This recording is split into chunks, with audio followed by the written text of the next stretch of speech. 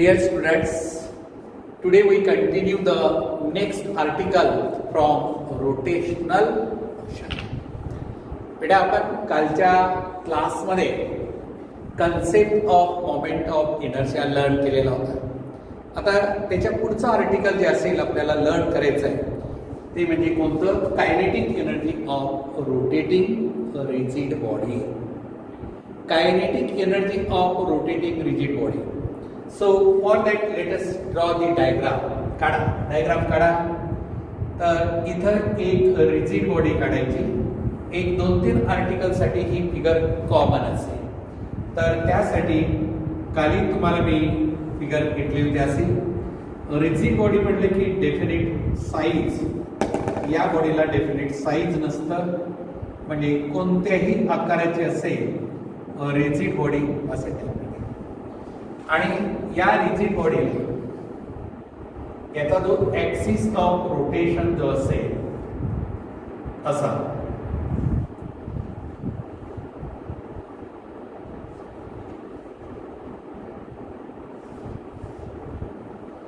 आणि ही body figure जी काढली होती मी त्याच टाइप मध्ये rigid body consist of large number of particles. म्हणजे इथं बेटा वेगवेगळे पार्टिकल असतील. अशा आकाराचे म्हणजे पार्टिकल्स कोणत्याही पोझिशनला असतील. हा ऍक्सिस ऑफ रोटेशन. आणि rigid body rotate with constant angular velocity. Rigid body rotate with constant angular velocity. त्या ठिकाणी पहिला पार्टिकल r1 डिस्टन्स वरती, दुसरा पार्टिकल, पहिल्या पार्टिकलचा मास m1, दुसऱ्या पार्टिकलचा मास m2 r2 डिस्टन्स वरती, आणि तिसऱ्या पार्टिकलचा मास m3 r3 डिस्टन्स वरती, आणि लास्ट पार्टिकलचा mass mn, they are situated at a distance rn from the axis of rotation. Figure व्यवस्थित काढत चला म्हणजे तुम्हाला बरंच आयडिया कन्सेप्ट क्लिअर होतो. ही लिनियर वेलॉसिटी v1, आणि इथं जर घेतला तुम्ही लिनियर वेलॉसिटी v1 आणि इथं v2, आणि ही लिनियर वेलॉसिटी जी असेल ती v3, आणि इथं लिनियर वेलॉसिटी v, आणि ही रिजिड बॉडी. कोणती? Rigid body. तर अशा पद्धतीनं फिगर काढा म्हणजे तुम्हाला आयडिया क्लिअर होईल की डेरिव्हेशन एक सिंपल फॉर्म्युला आहे, आणि या फॉर्म्युल्याच्या साह्यानं आपल्याला पुढे काही न्यूमरिकल्स, ज्याला आपण सम म्हणतो, तेही सॉल्व्ह करायचे. काय बेटा कशा पद्धतीनं मी रिजिड बॉडी म्हटलं तर तुम्हाला माहित आहे त्याला साईज आणि शेप डिफाईन नाही. कोणत्याही आकाराची असेल, आणि every body, not only the rigid body, every body is made up of large number. आता 2 ते 3 आर्टिकल याच्या पुढे आहेत, त्यासाठी ही फिगर कॉमन असेल आणि याचं कॉमन डिस्क्रिप्शन असेल. Consider a rigid body of any size and shape. Consider a rigid body of any size and shape is rotating. A rigid body of any size and shape is rotating about an axis, passing through its center, passing through any point O and perpendicular to the plane. Axis of rotation is perpendicular to the plane. म्हणजे बेटा आता तुम्हाला मी text book दाखवतो. आता हे book आहे. तर rigid body असे असेल तर ही प्लेन झाली या रिजिड बॉडीची. ह्या रिजिड बॉडीची ही प्लेन झाली, आणि या प्लेनला परपेंडिक्युलर ऍक्सिस ऑफ रोटेशन असलं पाहिजे. ऍक्सिस ऑफ रोटेशन कसं असलं पाहिजे? प्लेनला परपेंडिक्युलर. मग ते कुठून इथून पास होईल, इथून पास होईल, इथून पास होईल, कोणत्याही पोझिशनला ते पास होईल. असं नाही की ते पर्टिक्युलर सेंटर ऑफ मास मधूनच पास झालं पाहिजे. म्हणजे ते कोणत्याही पोझिशन पासून मधून पास होईल. म्हणून परत एक वेळेस डिस्क्रिप्शन मध्ये काय? Consider a rigid body of any size and shape. rigid body of any size and shape is rotating about an axis passing through any point and perpendicular to the plane. Passing through any point and perpendicular to the plane. Next, a rigid body is made up of. The rigid body is made up of large number of. A rigid body is made up of large number of extremely small particles. कोणतीही rigid body असंख्य अशा पार्टिकलनं तयार झालेली. Rigid body is made up of large number of extremely small particles of masses m1, m2, m3 and so on mn. Large number of extremely small particles of masses m1, m2, m3 and so on mn. They are situated. म्हणजे पहिलं पार्टिकलचं मास m1, दुसऱ्याचं मास m2, तिसऱ्याचं mass m3 and so on. Last mass mn. They are situated at a distances r1 पहिलं, r2, r3 and so on rn from the axis of rotation respectively. पहिल्या पार्टिकलचं distance axis of rotation पासून r1, दुसऱ्या पार्टिकलचं distance म्हणजे हा दुसरा particle इथं आहे, axis of rotation पासूनचं डिस्टन्स r2, तिसरा पार्टिकल इथं दाखवला आहे. या तिसऱ्या पार्टिकलचं ऍक्सिस ऑफ रोटेशन पासूनचं distance r3 and so on. Last particle आपण mn घेतलेलं आहे आणि त्या पार्टिकलचं distance rn from the axis of rotation respectively. Now, the rigid body rotate with constant angular velocity. काय म्हणलं बेटा? Rigid body rotates with constant angular velocity omega. इथं rigid body about the axis of rotation rotate होत आहे with constant angular velocity omega. All the particles have same angular velocity as that of the rotating rigid body. म्हणजे प्रत्येक हा पहिला particle, दुसरा, तिसरा, चौथा जेवढे पार्टिकल असतील त्या सर्व पार्टिकलला constant angular velocity. All the particles have constant angular velocity. All the particles have constant angular velocity but different linear velocity. म्हणजे प्रत्येक पार्टिकलची अँग्युलर व्हेलॉसिटी कशी आहे? कॉन्स्टंट. प्रत्येक पार्टिकलची अँग्युलर व्हेलॉसिटी कशी आहे? कॉन्स्टंट आहे. परंतु लिनियर व्हेलॉसिटी प्रत्येक पार्टिकलची वेगवेगळी. डिफरंट लिनियर व्हेलॉसिटी प्रत्येक पार्टिकलची वेगवेगळी आहे. कशामुळे? मी कालच तुम्हाला क्लिअर केलं होतं. Linear velocity depends upon v1 is equal to v1 is equal to r1 into omega. Omega constant आहे. आणि v2 is equal to r2 omega आणि v3 is equal to r3 into omega. आलं लक्षामध्ये? कारण omega constant आहे. मग तो particle ऍक्सिसच्या जवळ असू द्या किंवा तो पार्टिकल ऍक्सिस पासून दूर अंतरावरती असू द्या, त्याचं अँग्युलर व्हेलॉसिटी कॉन्स्टंट आहे. कारण अँग्युलर व्हेलॉसिटी कशावरती? अँग्युलर डिस्प्लेसमेंट अपॉन टाइम आहे. अँग्युलर डिस्प्लेसमेंट जवळचा असेल तर एक रोटेशन कंप्लीट करतो, त्याला 2π रेडियन. आणि दूरचा पार्टिकल असेल एक रोटेशन मध्ये किती अँगल डिस्क्राइब करतो? 2π. जवळचा पार्टिकल जेवढ्या वेळेमध्ये एक अँग्युलर रोटेशन कंप्लीट करतो तेवढाच दूरचा पार्टिकल सुद्धा करतो. म्हणून ओमेगा कॉन्स्टंट आहे. म्हणून ओमेगा कॉन्स्टंट असेल तर लिनियर व्हेलॉसिटी कशावरती डिपेंडन्सी आहे? Linear velocity depends upon position of the particle. If the particle is near the axis of rotation, have the smaller value of linear velocity. If that particles are widely separated, म्हणजे जास्त अंतरावरती असेल, axis पासून जास्त अंतरावरती असेल तर linear velocity वाढते. Linear velocity directly proportional to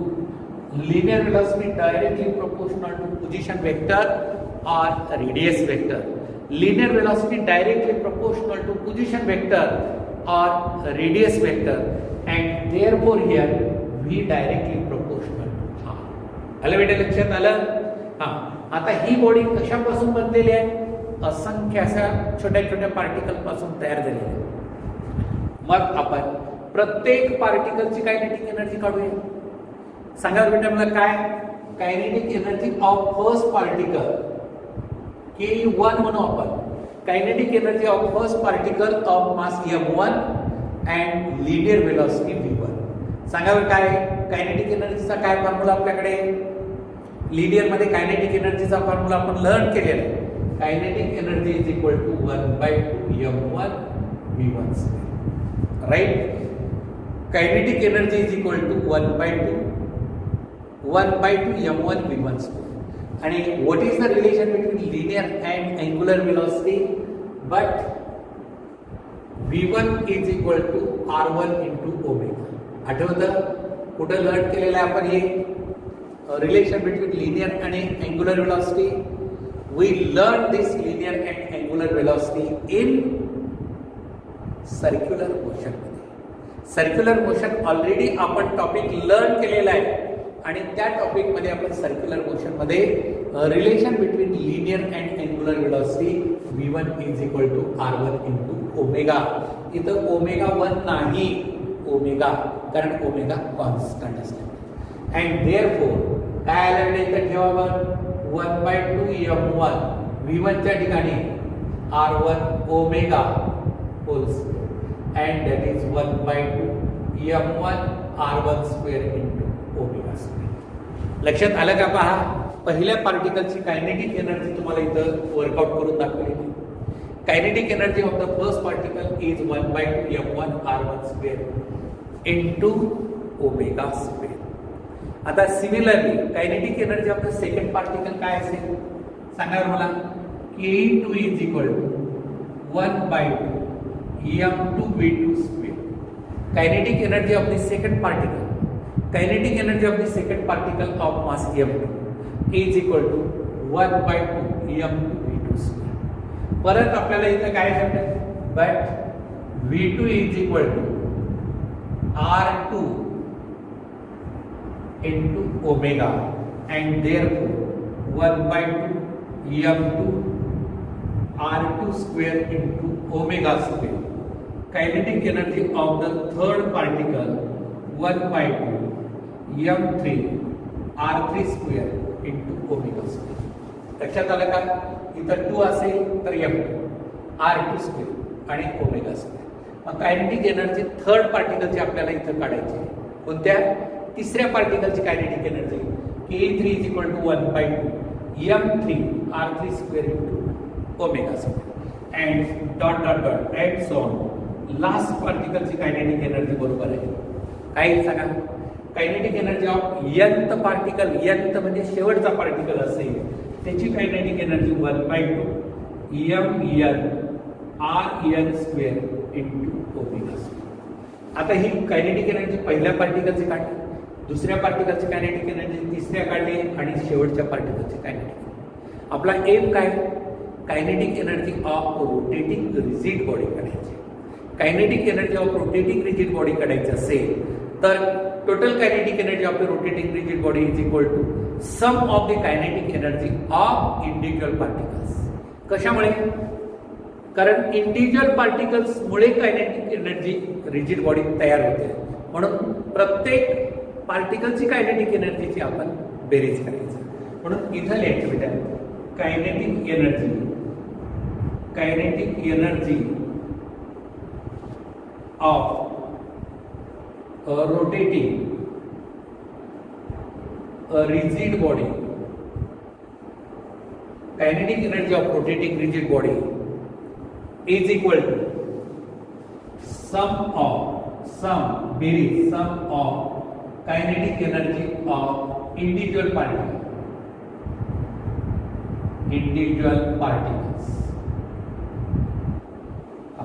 काय होतं? कायनेटिक एनर्जी की पूर्ण रोटेटिंग रिजिड बॉडीची kinetic energy is equal to K1 पहिल्या पार्टिकलची, दुसऱ्या पार्टिकलची कायनेटिक एनर्जी प्लस तिसऱ्या पार्टिकलची kinetic energy and plus last पार्टिकलची कायनेटिक. म्हणजे प्रत्येक पार्टिकलची कायनेटिक एनर्जी आपण काढतो.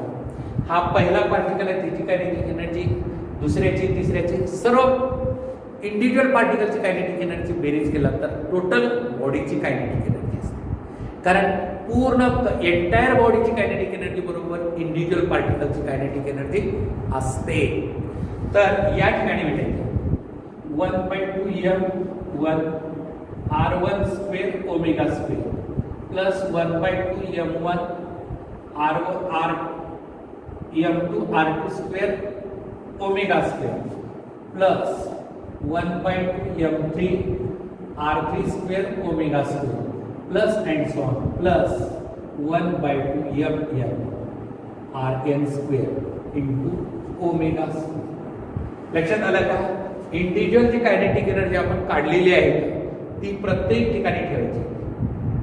Ke1 च्या ठिकाणी ही किंमत, Ke2 च्या ठिकाणी ही किंमत, Ke3 च्या ठिकाणी ही किंमत ठेवलं आणि मग सिम्प्लिफिकेशन केला तर काय येईल सांगा मला आता? Total kinetic energy of a rotating rigid body. काय total kinetic energy of a rotating rigid body is equal to, मी 1/2 ओमेगा स्क्वेअर कॉमन काढतो.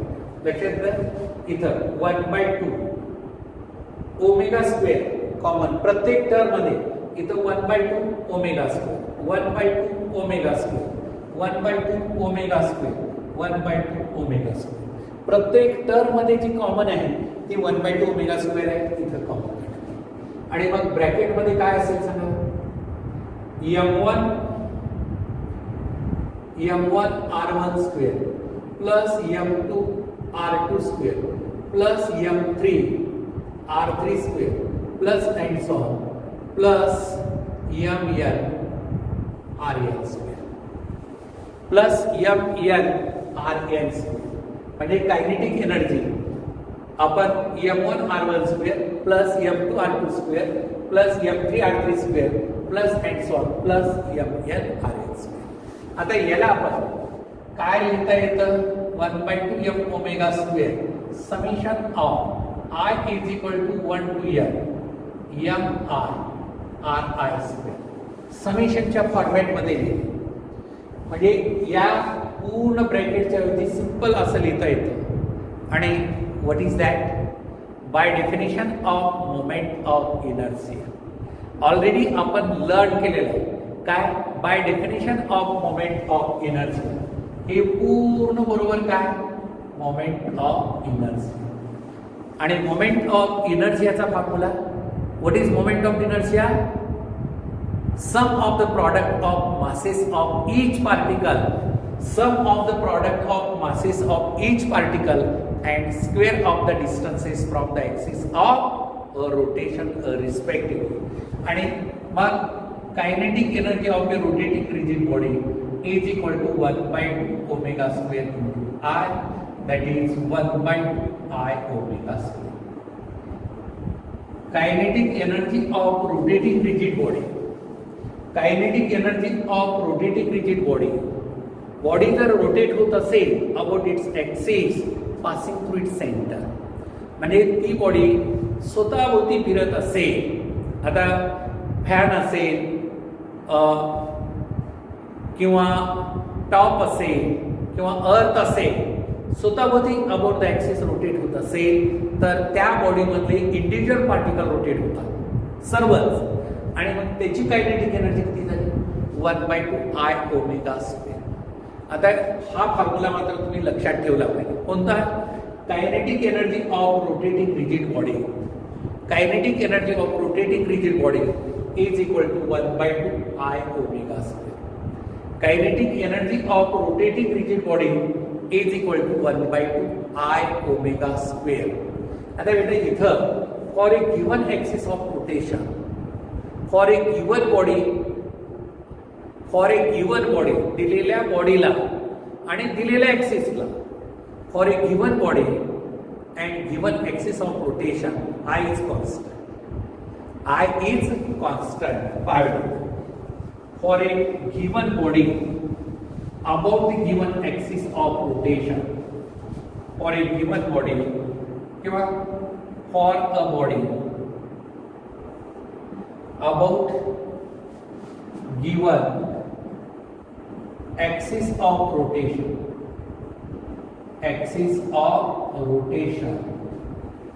I is constant. लक्षात येतं कोणतीही बॉडी घ्या तुम्ही for a body about the given axis of rotation. आता समजा हे डस्टर घेतलं बेटा, हे डस्टर या ऍक्सिस ऑफ रोटेशन साठी याचा आय कॉन्स्टंट आहे. या डस्टरला मी रोटेट केलं या ऍक्सिसला, ऍक्सिस बदलला तर मोमेंट ऑफ इनर्शिया बदलतो. मी कालच तुम्हाला सांगितलेलं ऍक्सिस बदलला तर मोमेंट ऑफ इनर्शिया बदलतो, हे मी ऑलरेडी तुम्हाला कालच सांगितलेलं. परंतु दिलेल्या ऍक्सिसला आणि दिलेल्या बॉडीला for a given body and given axis of rotation I is constant and therefore kinetic energy is directly proportional to omega c.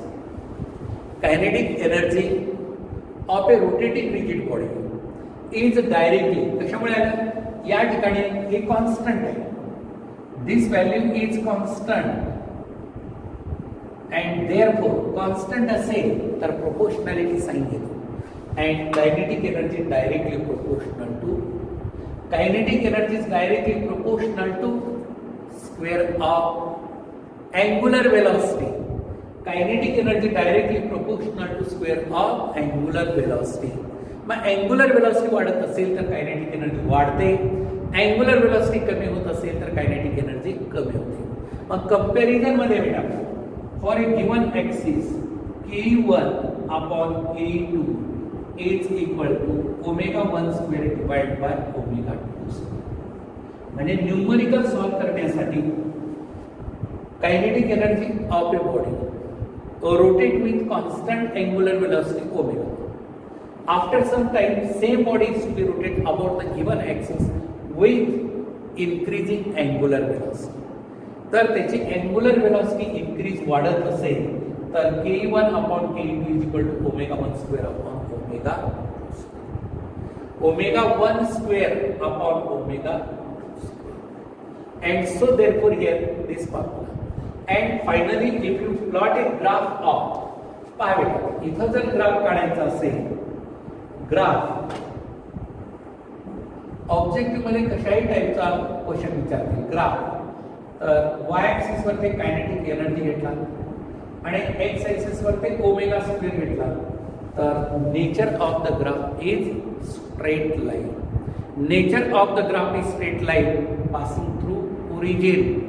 मग कायनेटिक एनर्जी आणि अँग्युलर वेलोसिटी मध्ये ग्राफ काढला, कायनेटिक एनर्जी आणि अँग्युलर वेलोसिटी मध्ये graph काढला तर हा graph कसा येतो, straight line passing through origin. Straight line graph येतो आणि हा graph straight line passing through origin. आणि या ग्राफचा स्लोप जर काढला कुठेही, what is the slope here, slope is equal to 1/2 I by 2 येतो, slope is equal to 1/2 I. आणि बेटा आता दुसरा ग्राफ, हा पहिला ग्राफ झाला आणि दुसरा ग्राफ जर तुम्हाला विचारला, ऑब्जेक्टिव्ह मध्ये कशाही टाइपचा क्वेश्चन विचारतील, आपली तयारी असली पाहिजे. Any type of the question you may ask and you must prepare. आता ओमेगा स्क्वेअरच्या ऐवजी फक्त ओमेगा घेतलं, instead of omega square only omega is given to, then the nature of the graph is like this. अशा टाइपचा graph येतो, याला म्हणतो parabolic curve. या ग्राफला आपण म्हणतो पॅराबोलिक कर्व. हा जो ग्राफ आलेला आहे तो ग्राफ आलेला आहे parabolic curve. That is kinetic energy is equal to kinetic energy at omega मध्ये ग्राफ तो असा येतो. आणि ओमेगा स्क्वेअर मध्ये असेल तर स्ट्रेट लाईन. कशामुळे, आपल्याला फॉर्म्युला काय, kinetic energy E is equal to 1/2 I omega square. म्हणजे this is equal to y is equal to mx straight line. आणि बेटा हा m म्हणजे स्लोप असतो, याच्याशी तुलना करायची. आता x म्हणजे x ऍक्सिस वर ते ओमेगा स्क्वेअर आणि y ऍक्सिस वर ते e घेतलेले, तर ग्राफ काय, स्ट्रेट लाईन. आणि त्याचा स्लोप जो येतो, हा स्लोप काय येतो, m is equal to I by Slope of the straight line is equal to 1/2 I. 1/2 I असा स्लोप येतो. म्हणजे एखादा क्वेश्चन ग्राफचा जरी विचारला तुम्हाला तरी तुम्हाला ते लक्षात आला पाहिजे.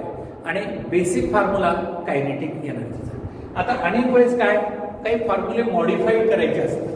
म्हणजे या ठिकाणी जो फॉर्म्युला तुम्हाला मी दिलेला 1/2 ओमेगा स्क्वेअर, तर आपल्याला ऑलरेडी आपण सर्क्युलरमध्ये बरेचसे फॉर्म्युले लर्न केलेले आहेत. तर बेसिक फॉर्म्युला जो असेल that is additional points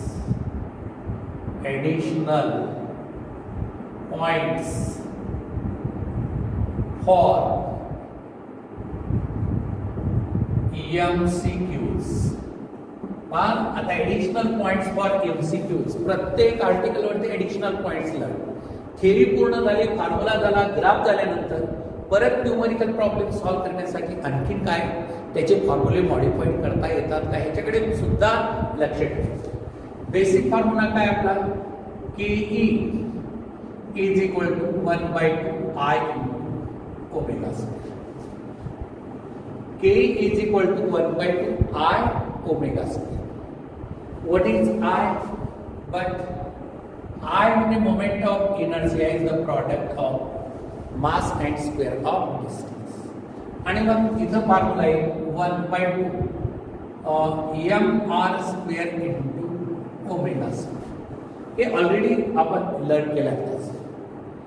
that is 1/2 mr square into omega. R काय असेल? Distance from axis of rotation.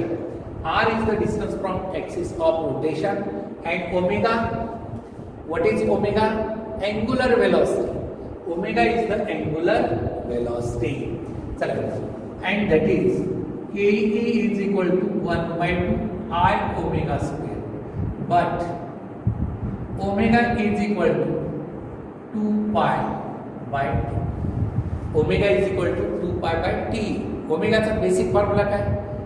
Angular displacement divided by time, periodic time T. And that is equal to here 1/2 I into 4 pi square upon T square. Omega square आहे. Omega square म्हणजे 2 पायचा square आणि 2 पायचा square काय येतो? 4 pi square divide by T square. And that is equal to here 2 cancel. That is 2I pi square divided by t square is next formula. हा दुसरा formula kinetic एनर्जीचा 2I into pi square divided by t square. आता परत भेटेल फ्रिक्वेन्सीच्या, but n is equal to 1/t. Time period is the reciprocal of frequency. N म्हणजे काय? Symbol of frequency. आणि टी म्हणजे काय? Time period. टी कशाचं सिम्बॉल आहे? Time period. N frequency and frequency is the reciprocal of time period and time period is the reciprocal of frequency. And therefore म्हणजे third formula काय? KE is equal to 2I pi square into n square. 2I pi square into n square म्हणजेच kinetic energy directly proportional to square of frequency.